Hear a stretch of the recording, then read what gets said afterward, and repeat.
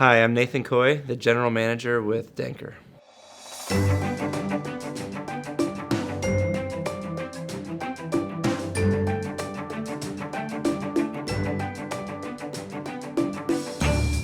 Our goal from a disruption standpoint is to disrupt, and at the same time, I think you always have to be aware of the disruptors around you.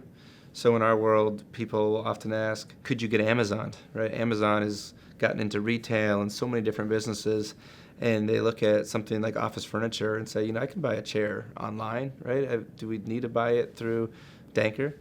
And one of the things I'd say, yes, you can buy a chair online, but from a disruption standpoint, so much of what we do is customized and integrated to individual client needs, which is really hard to do in a retail model, or I should say an online model.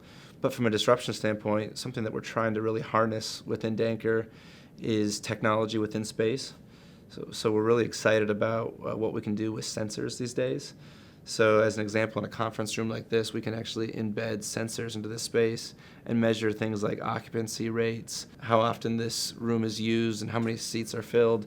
And then the data is one thing, but the important thing is what we do with the data. So what we're starting to do with our clients now is do these actual studies with them, where we're doing what we call workplace studies.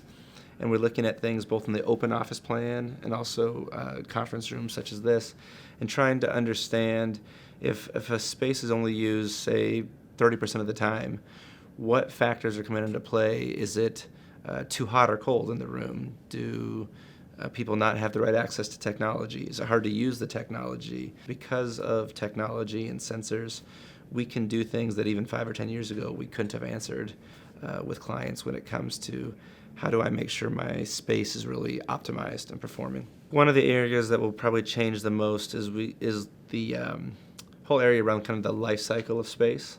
So we talk about how fast things are changing, and yet oftentimes, leases maybe 10, 15 years or longer in a space, right? So if technology is changing the way we work every 2 or 3 years, but you're not physically moving from your space, I think the role that we can play in managing assets for our clients and helping them to refresh their space, but to do it in a really economic way, so they're not just trashing the stuff they invested in maybe a year or two ahead of time, and now because of technology we need to use it differently.